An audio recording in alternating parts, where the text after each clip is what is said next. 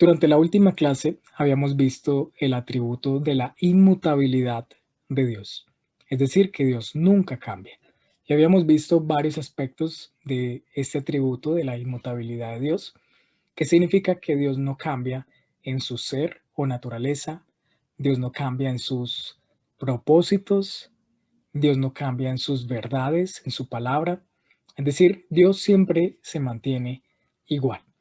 Y quedamos con algo pendiente que es lo que vamos a desarrollar durante esta clase. Vamos a hablar una segunda parte sobre la inmutabilidad de Dios, específicamente sobre algunos pasajes que hay en la Biblia que necesitamos entender más claramente a la luz de la inmutabilidad de Dios. Entonces recordemos que cuando hablamos de la inmutabilidad de Dios, lo que estamos queriendo decir es que Dios nunca cambia. Pero cuando decimos que Dios nunca cambia, ¿significa eso que Dios es como una piedra, que es como si fuera estático, inerte? ¿Significa la inmutabilidad de Dios de que a Dios no le importa nada de lo que pasa en el mundo, que Dios simplemente le importa absolutamente nada el sufrimiento del mundo o lo que nosotros vivimos o experimentamos? ¿Acaso eso significa la inmutabilidad de Dios? Pues hoy vamos a ver que no, eso no es lo que significa. Que Dios sea inmutable, que nunca cambie, no significa que Dios no reaccione ante las cosas que ocurren en el mundo.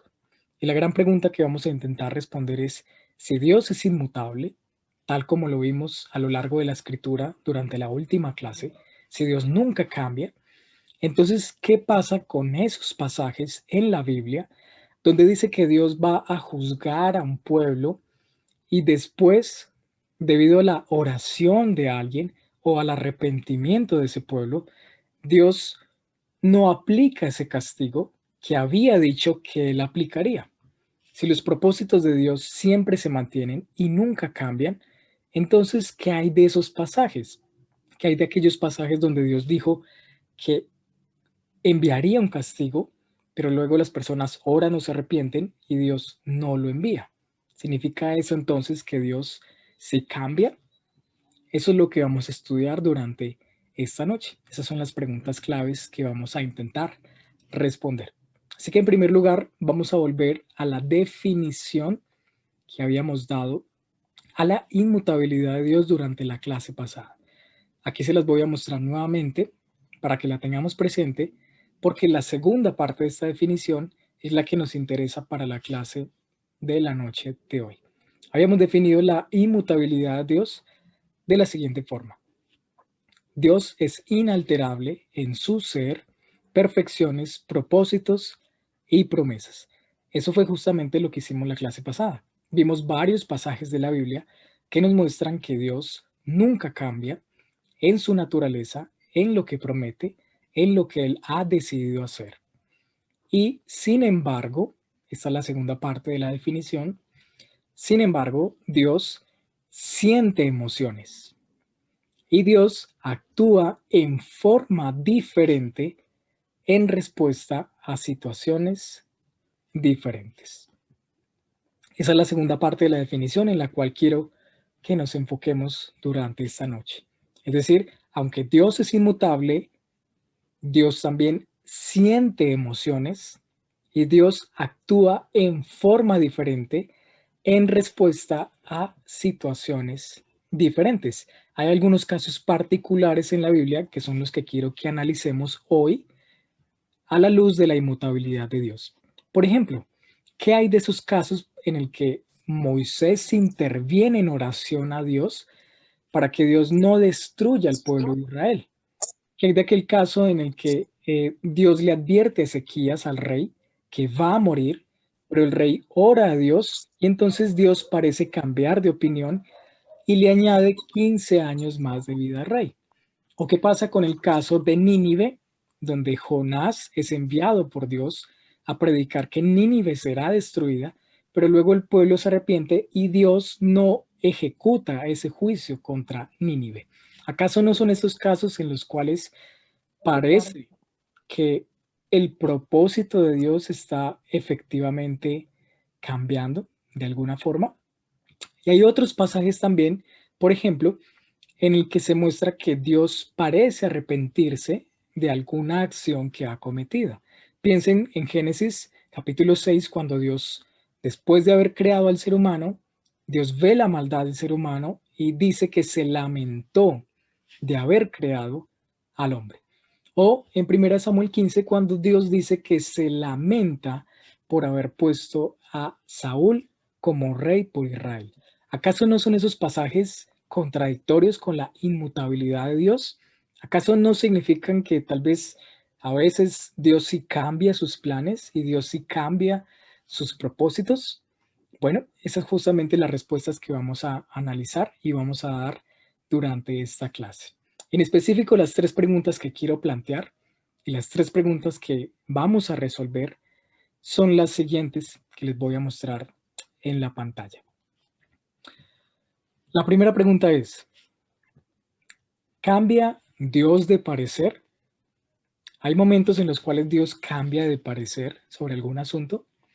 La segunda pregunta es, ¿puede la oración cambiar los planes de Dios? Y la tercera pregunta clave es, ¿se arrepiente Dios de haber hecho algo? ¿Puede Dios arrepentirse de alguna cosa que haya hecho? Esas son las tres preguntas claves que vamos a responder en esta clase.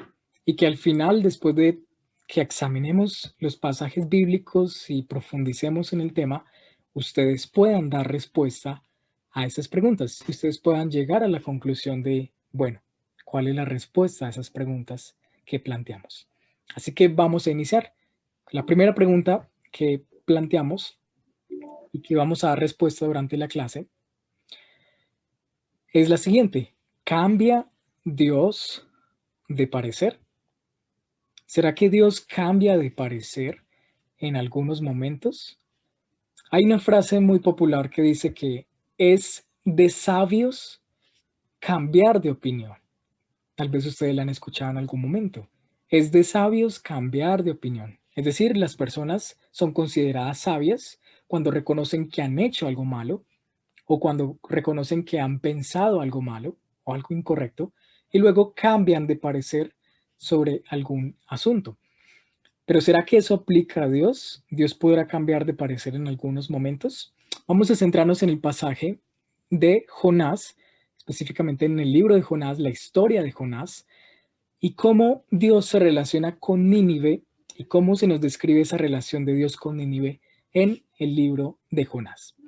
Notemos específicamente cuál es la predicación que Jonás está emitiendo a la gente en Nínive. Dios ve la maldad de Nínive y lo que hace es enviar a Jonás para que él proclame a los ninivitas. ¿Cuál es el mensaje? Dentro de 40 días, Nínive será destruida. Eso lo pueden ver en Jonás capítulo 3 en el versículo 4. Ese es el mensaje básico que Dios envía a través de Jonás. Dentro de 40 días, hay una fecha límite, Nínive será destruida. Hay una advertencia y muy seria. Una advertencia que seguramente la podríamos comparar con las advertencias que nos llegan cuando tal vez tenemos una deuda en el banco o cuando tal vez no han pagado los servicios en su casa. Hay una advertencia, hay una fecha límite, hay una fecha de corte. Si no pagas, bueno, te vamos a cortar los servicios dentro de tantos días. Ahora, la posibilidad de que Dios no envíe ese castigo que Jonás está predicando no está explícitamente mencionado allí en la Biblia. Es decir, el mensaje de Jonás parece limitarse a decir 40 días y todo esto se va a terminar. Ustedes van a ser destruidos. Parece que no hay de manera explícita un llamado al arrepentimiento, pero de manera implícita esa advertencia lo que busca es llevar al pueblo de Nínive al arrepentimiento. Estos casos, como el de Jonás y Nínive, debemos entenderlo como expresiones verdaderas de la actitud de Dios con respecto a la situación en un momento. Vuelvo y lo repito. Este tipo de situaciones debe entenderse como una expresión real, genuina, de la actitud o de la intención que Dios tiene con respecto a una situación determinada. Si la situación cambia, por supuesto que la actitud o la intención de Dios también va a cambiar. Esto significa a decir que Dios responde de manera diferente a situaciones diferentes. Ese es el punto que quiero que capten de manera básica. Dios responde de manera diferente a situaciones diferentes. El propósito de Dios al proclamar esta dura advertencia al pueblo de Nínive era producir el arrepentimiento en ellos. Aunque no se dice explícitamente, ese era el propósito de fondo en lo que Jonás estaba predicando a la gente de Nínive. ¿Cuál? Que la gente pudiera arrepentirse. De lo contrario, si así no fuera, entonces Dios pudo haber simplemente destruido Nínive sin ningún previo aviso. Es decir, Dios decidió, voy a destruir Nínive y punto. Y la destruye y no envía ningún tipo de aviso o advertencia. Pero noten que eso no es lo que ocurre. Dios encomienda a Jonás, un hombre bastante rebelde, lo encomienda para que vaya y proclame el mensaje de advertencia a los ninivitas. Y una vez que el pueblo de Nínive se arrepiente, entonces la situación es diferente, ¿cierto? Ellos se arrepienten, el panorama cambia, la situación es diferente y por lo tanto Dios responde de forma diferente a esa situación. Vamos a ver en Jonás capítulo 3, en el versículo 10 específicamente. Vamos a ver cuál es la reacción de Dios ante el arrepentimiento que se está mostrando de los ninivitas. Jonás capítulo 3, en el versículo 10. Se los voy a leer.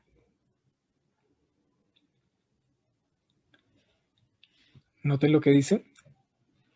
Y vio Dios sus acciones, que se habían apartado de su mal camino, y entonces se arrepintió Dios del mal que había dicho que les haría y no los hizo. ¿Ok? Si lo notan, esa palabra que encontramos allí, y se arrepintió Dios, es una palabra bastante fuerte, ¿cierto? Especialmente porque hemos visto que Dios no se arrepiente.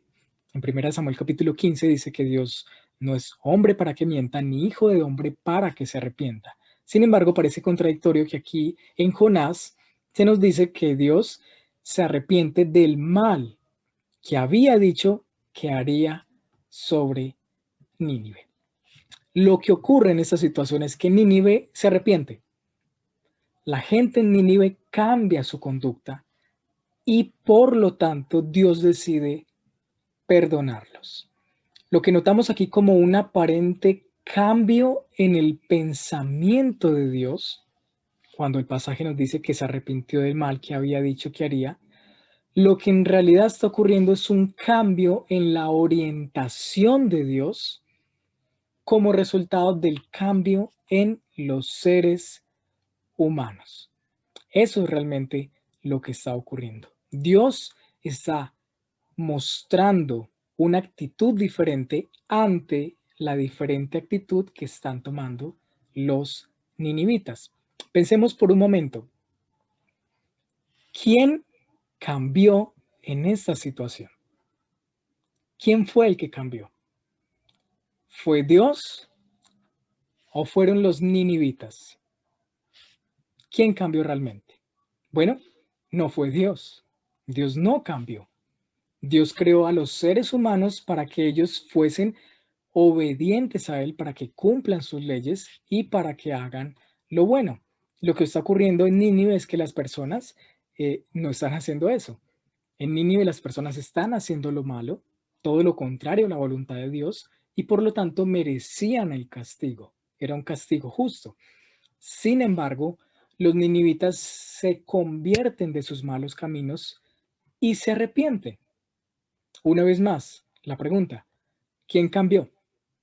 ¿Dios o los ninivitas? Dios no cambió. Los ninivitas fueron los que cambiaron. Dios mostró misericordia hacia los ninivitas y no porque Dios se haya arrepentido, sino porque ellos se arrepintieron. ¿Ok? Una vez más vuelvo y lo repito. Dios muestra misericordia y perdón hacia la gente de Nínive, no porque Dios se haya arrepentido, sino porque ellos fueron los que se arrepintieron. No es como si Dios dijese, voy a destruir Nínive, pero el otro día Dios está de buen genio, está buena onda y dice, nada, mejor no los voy a destruir, les voy a dar más tiempo, mejor no los castigo y no les voy a hacer nada. Eso no fue lo que ocurrió, ¿cierto? El cambio no fue en Dios. Nuestros padres, por ejemplo, o quienes son padres aquí, entre los que están presentes, saben que han prometido castigos a sus hijos en algún momento de euforia, de enojo, de rabia, que después no lo cumple. Son las famosas advertencias de los padres cuando dicen, espere y verás, espere que lleguemos a la casa y ya cuadramos. Esa es una típica advertencia de los padres en nuestro contexto. Pero luego llegan a la casa y les da pereza o les da pesar y no aplican el castigo que habían prometido. Aunque eso puede sonar muy tierno, realmente demuestra la falta de carácter de nosotros como seres humanos, lo cambiantes que somos en nuestras emociones y en lo que vamos o queremos hacer. Y especialmente en estos casos cuando es necesario mostrar que el pecado, la desobediencia de un hijo, por ejemplo, necesita ser castigado. Siempre necesita hacerlo. Debemos, y los hijos deben saber de que sus actos tienen consecuencias. Sin embargo, Dios no es como nosotros. El carácter de Dios siempre se mantiene inalterable, como lo habíamos visto previamente. Dios no es bipolar. No es como si Dios estuviese hoy enojado y mañana está feliz. No es como si Dios dijera voy a castigarlos hoy, pero mañana se levanta con el pie derecho y está de buen genio. No, el carácter de Dios se mantiene, pero las acciones de Dios, lo que Dios hace, puede cambiar dependiendo de la circunstancia que se presente. Vamos a ver otro pasaje en Jeremías, en el capítulo 8, versículos 8 al 10.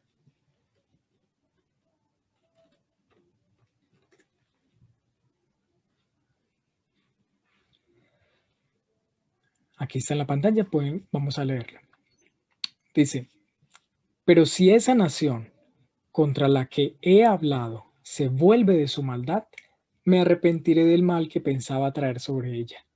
O en otro momento puedo hablar acerca de una nación o de un reino, de edificar y de plantar, pero si hace lo malo ante mis ojos, no obedeciendo a mi voz, entonces me arrepentiré del bien con que había prometido bendecirlo. Es bastante claro el pasaje. En el caso de Nínive, el juicio de Dios cambió porque ellos cambiaron, no porque Dios haya cambiado. Dios siguió siendo el mismo a lo largo de toda la historia, desde Jonás en el capítulo 1 hasta el capítulo final. Dios siguió siendo el mismo. Dios siguió siendo el Dios justo que castiga al mal, pero también siguió siendo el Dios misericordioso, lleno de misericordia y bondad, que perdona la maldad de las personas. De hecho, es muy gracioso en la historia que esa es justamente la queja que Jonás presenta contra Dios. ¿Cuál es la queja? Jonás capítulo 4, versículo 1 al 2. La queja de Jonás es que Dios es demasiado bueno. ¿Sí? Es muy curioso que esa sea la queja de Jonás. Aquí lo pueden ver en Jonás 4, 1 al 2. Pero Jonás se apesadumbró en extremo y se enojó. Y oró a Jehová y dijo, ahora, oh Jehová, ¿no es esto lo que yo decía estando aún en mi tierra? Por eso me apresuré a huir a Tarsis, porque sabía yo que tú eres Dios clemente y piadoso, tardo en enojarte y de grande misericordia y que te arrepientes del mal. Jonás estaba enojado porque Dios es muy bueno. A Jonás le dio enojo que Dios fuera tan misericordioso. Jonás sabía cómo es Dios, cómo es su carácter. Y Jonás sabía de que si la gente se arrepentía, Dios los iba a perdonar. Eso es un gran ejemplo de que Dios es el mismo. En cualquier circunstancia, su carácter no cambia.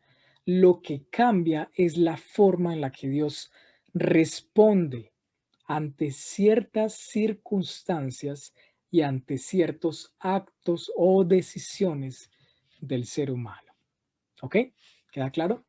No podemos culpar al sol por derretir la cera, pero también por endurecer el barro. El mismo sol que alumbra sobre nosotros es el mismo que derrite nuestros helados cuando estamos comiendo un helado y es el mismo sol que endurece el barro cuando está fresco y lo pone duro. El mismo sol produce estas cosas diferentes. Dios no cambia de parecer y eso nos da una gran seguridad de sus promesas y de la fiabilidad de su palabra. Muy bien, entonces esa fue la primera pregunta que quería que abordáramos. ¿Cambia Dios de parecer? Ahora ustedes pueden responderla. La segunda pregunta clave que quiero que examinemos a través de algunos pasajes bíblicos es la siguiente. ¿Puede la oración cambiar los planes de Dios? Esta es una muy buena pregunta. ¿La oración puede cambiar los planes de Dios? Y vamos a analizar dos casos específicos en la Biblia en los cuales Dios parece cambiar de planes respecto a algo. Estos dos pasajes vamos a verlos en Éxodo capítulo 32, versículos 9 al 14 para iniciar. Vean lo que dice. El Señor dijo además a Moisés, he visto a este pueblo y ciertamente es un pueblo terco. Ahora pues, déjame para que se encienda mi ira contra ellos y los consuma, pero de ti yo haré una gran nación. Noten aquí la intención de Dios. Le está diciendo a Moisés, déjame y los destruyo de una vez. Versículo 11. Pero Moisés suplicó ante el Señor su Dios y dijo, oh Señor, ¿por qué se enciende tu ira contra tu pueblo que tú has sacado de la tierra de Egipto con gran poder y con gran mano fuerte? ¿Por qué han de hablar los egipcios diciendo, con malas intenciones los has sacado para matarlos en los montes y para exterminarlos de la superficie de la tierra? Vuélvete del ardor de tu ira y desiste de hacer daño a tu pueblo. Acuérdate de Abraham, de Isaac y de Israel, tus siervos, a quienes juraste por ti mismo y les dijiste, yo multiplicaré la descendencia de ustedes como las estrellas del cielo y toda esta tierra de la cual he hablado, daré a sus descendientes y ellos la heredarán para siempre. Y el Señor desistió de hacer el daño que había dicho que haría a su pueblo. Interesante, ¿no? Pero si estamos diciendo que Dios nunca cambia en sus planes. Veamos otro pasaje. Isaías capítulo 38, versículo 1 al 6. Ese es el caso del rey Ezequías, un caso bastante famoso, bastante conocido en la Biblia. Vamos a leer Isaías capítulo 38, del 1 al 6. Rápidamente se lo leo. En aquellos días Ezequías cayó enfermo de muerte y vino a él el profeta Isaías, hijo de Amós, y le dijo, así dice el Señor, pon tu casa en orden porque vas a morir y no vivirás. Entonces Ezequías volvió su rostro hacia la pared y oró al Señor, te ruego, oh Señor, que te acuerdes ahora de cómo yo he andado delante de ti en verdad y con corazón íntegro y he hecho lo bueno ante tus ojos. Y Ezequías lloró amargamente. Entonces la palabra del Señor vino a Isaías. Ve y dile, Ezequías, así dice el Señor, Dios de tu padre David, he escuchado tu oración y he visto tus lágrimas. Voy a añadir 15 años a tus días y te libraré a ti y a esta ciudad de la mano del rey de Asiria y defenderé esta ciudad. Una vez más, un pasaje bastante intrigante. En ambos casos vemos que la situación es muy similar.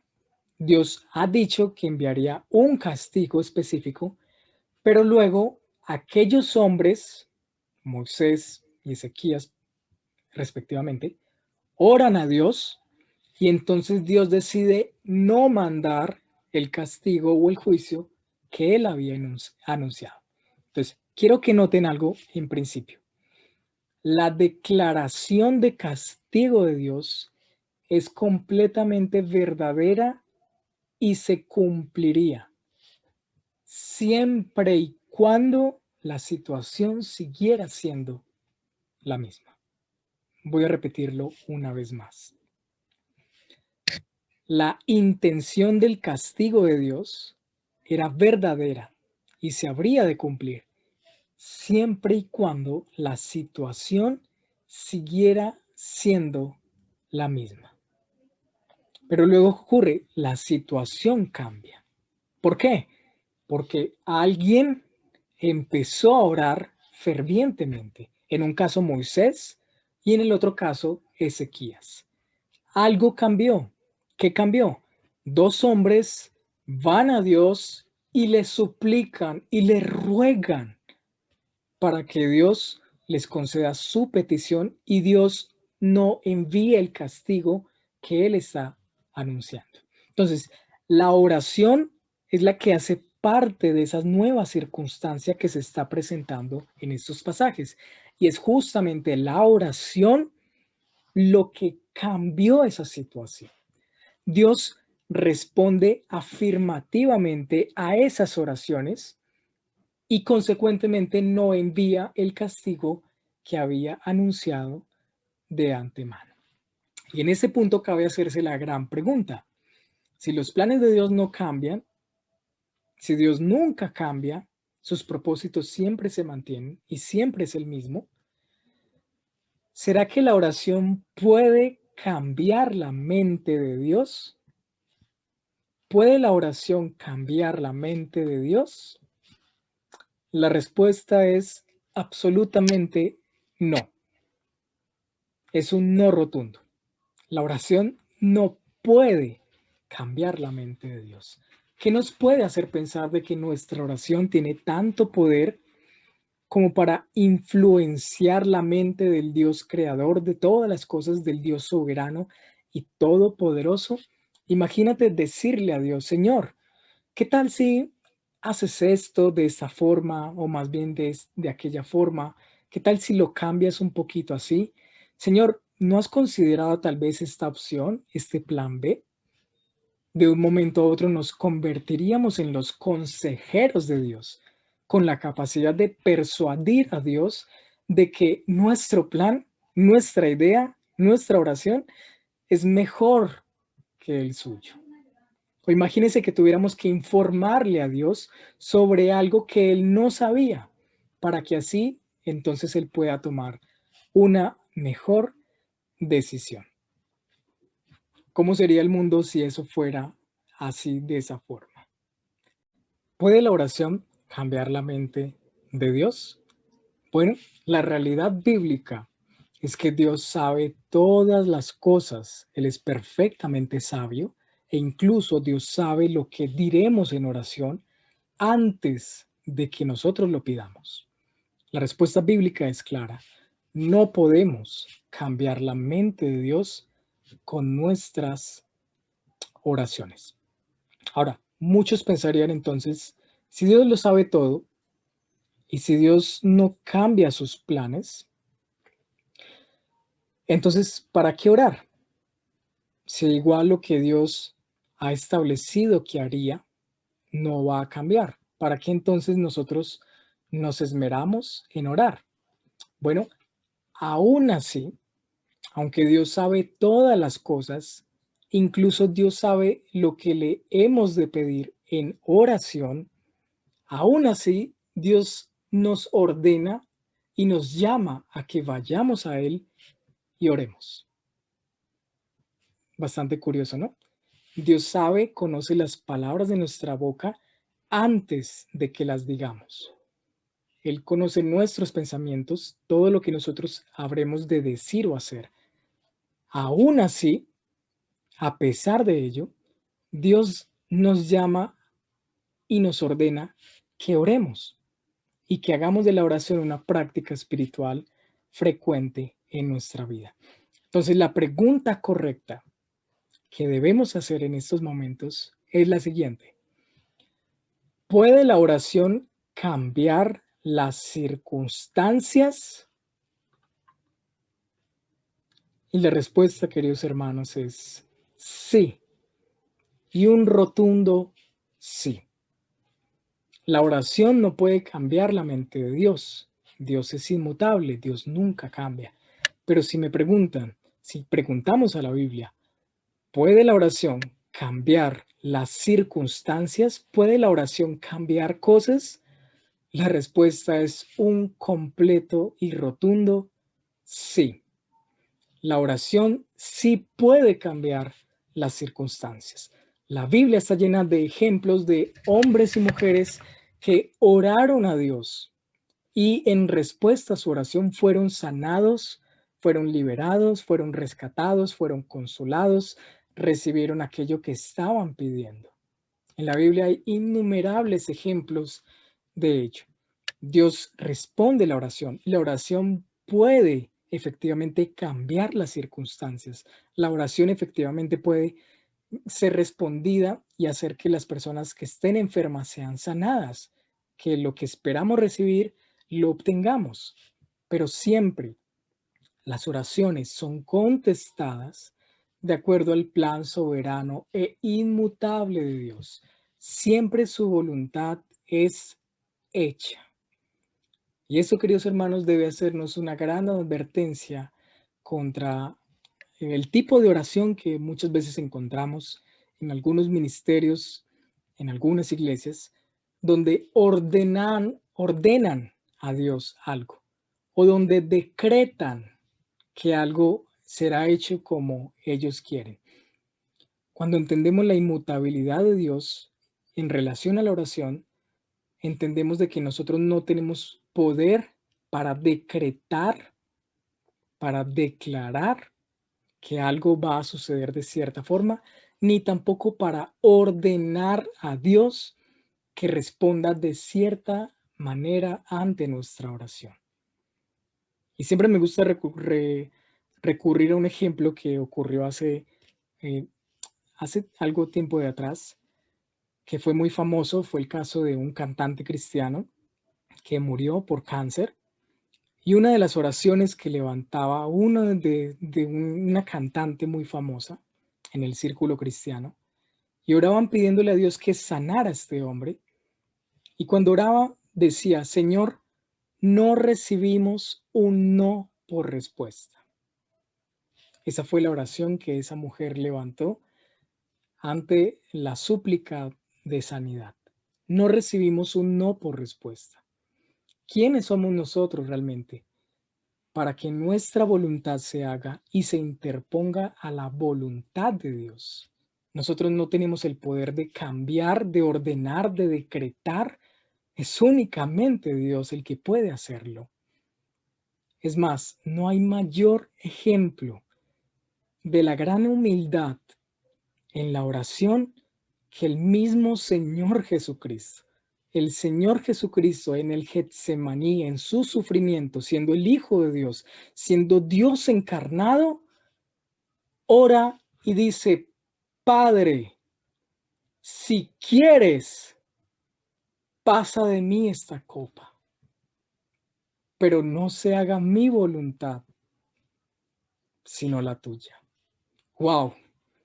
Yo leo esa oración de Jesucristo, el Hijo de Dios, diciéndole al Padre: si quieres, pasa de mí esta copa, y diciéndole: pero no se haga mi voluntad, sino la tuya. Sorprendente, sencillamente sorprendente. La oración no puede cambiar a Dios, pero sí puede cambiar las circunstancias. Y gracias a Dios que la oración no puede cambiarlo a Él, porque nuestros planes son mucho peores que los planes de Dios. Sus planes son perfectos y excelsos. Muy bien. El tercer y último punto, tercera y última pregunta que quiero mencionar es la siguiente. ¿Se arrepiente Dios de haber hecho algo? ¿Es posible que Dios se arrepienta de hacer algo luego de que ya ha ocurrido? ¿Será eso posible? Bueno, hay otros pasajes que tienen ese tipo de tensión porque nos dicen que Dios lamentó haber realizado alguna acción previa. Vamos a ver dos específicamente, brevemente. En Génesis capítulo 6, en el versículo 5 al 6, luego de que Dios crea al ser humano y Dios ve la maldad del ser humano, dice lo siguiente: el Señor vio que era mucha la maldad de los hombres en la tierra y que toda intención de los pensamientos de su corazón era solo hacer siempre el mal. Y al Señor le pesó haber hecho al hombre en la tierra y sintió tristeza en su corazón. Si notan la expresión tan fuerte allí, y el Señor le pesó haber hecho al hombre en la tierra. Y uno dice, ¿será que Dios creó al hombre y luego se arrepintió y dijo, wow, es más malo de lo que creí? Y dijo, me arrepiento, si pudiera devolverme en el tiempo no lo hubiese creado.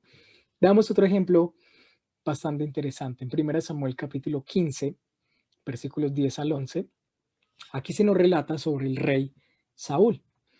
Dice, entonces vino la palabra del Señor a Samuel: me pesa haber hecho rey a Saúl, porque ha dejado de seguirme y no ha cumplido mis mandamientos. Y Samuel se conmovió y clamó al Señor toda la noche. Si notan esa expresión tan fuerte, el Señor le dice a Samuel, me pesa, me duele haber hecho a Saúl rey por Israel. Y en estos casos uno queda como con esa intriga, ¿cierto? ¿Será que Dios se arrepiente de haber hecho algo de cierta forma? La realidad es que estos casos, como los que acabamos de ver, realmente son expresiones del desagrado de Dios hacia el pecado del hombre en determinado momento. Vuelvo y lo repito, son expresiones del desagrado que Dios tiene hacia el pecado del hombre en una ocasión particular. ¿Ok? Ya que las criaturas sí cambian, Dios puede mostrar agrado o desagrado respecto a sus acciones. Eso lo vemos a lo largo de la Biblia. Dios muestra desagrado, por ejemplo, con la ofrenda de Caín y después con el acto que comete Caín de matar a su hermano. Dios se desagrada de ello, le duele, le causa tristeza y también enojo. Pero también Dios se agrada muchas veces de las buenas acciones y de la obediencia de ciertos hombres, como por ejemplo de Abel mismo y su ofrenda, como por ejemplo el caso de Job. Es como si Dios se sintiera orgulloso de Job. Entonces noten cómo Dios se expresa con agrado o desagrado dependiendo de esa circunstancia específica. El hecho de que Dios sea inmutable, de que Dios nunca cambia, no significa que Dios sea como una piedra inerte, que no siente nada o que no le importa nada o que no reacciona ante las cosas que ocurren. No es como Dios sabe lo que ha de ocurrir en el futuro. Dios sabía que Saúl habría de ser un mal rey. Dios sabía que el hombre se se convertiría en una situación pecaminosa horrible. Dios lo sabía de antemano, antes de crear al hombre, antes de poner a Saúl como rey. Pero eso no significa que Dios no reaccione ante esas circunstancias o esos acontecimientos.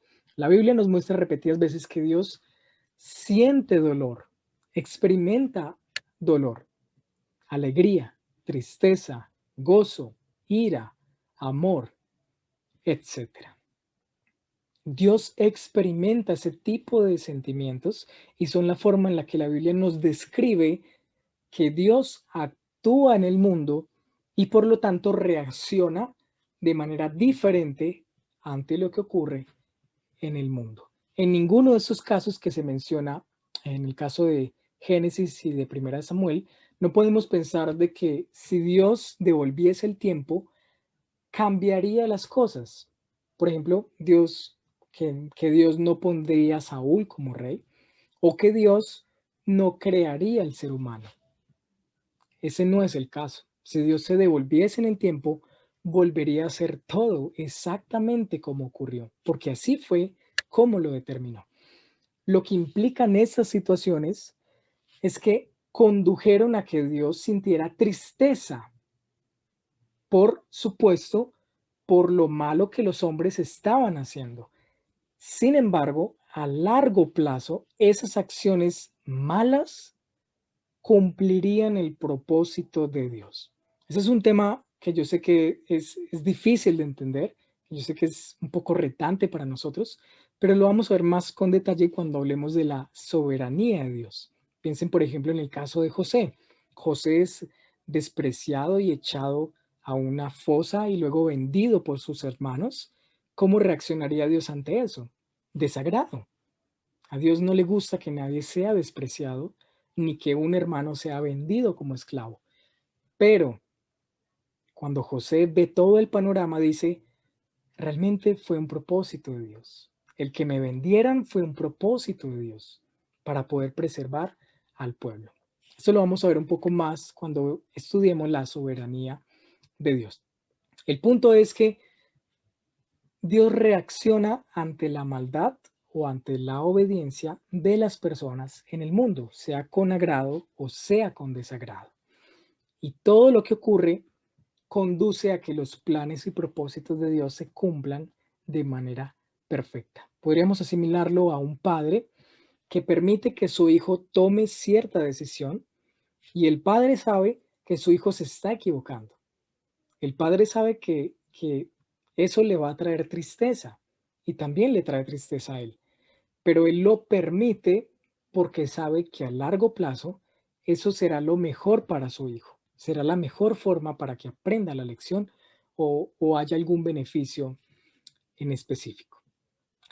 Dios sabe de antemano cómo terminará el partido, es decir, va a ganar a su favor, pero eso no significa que no se emocione o que sienta tristeza cuando el otro equipo meta un gol.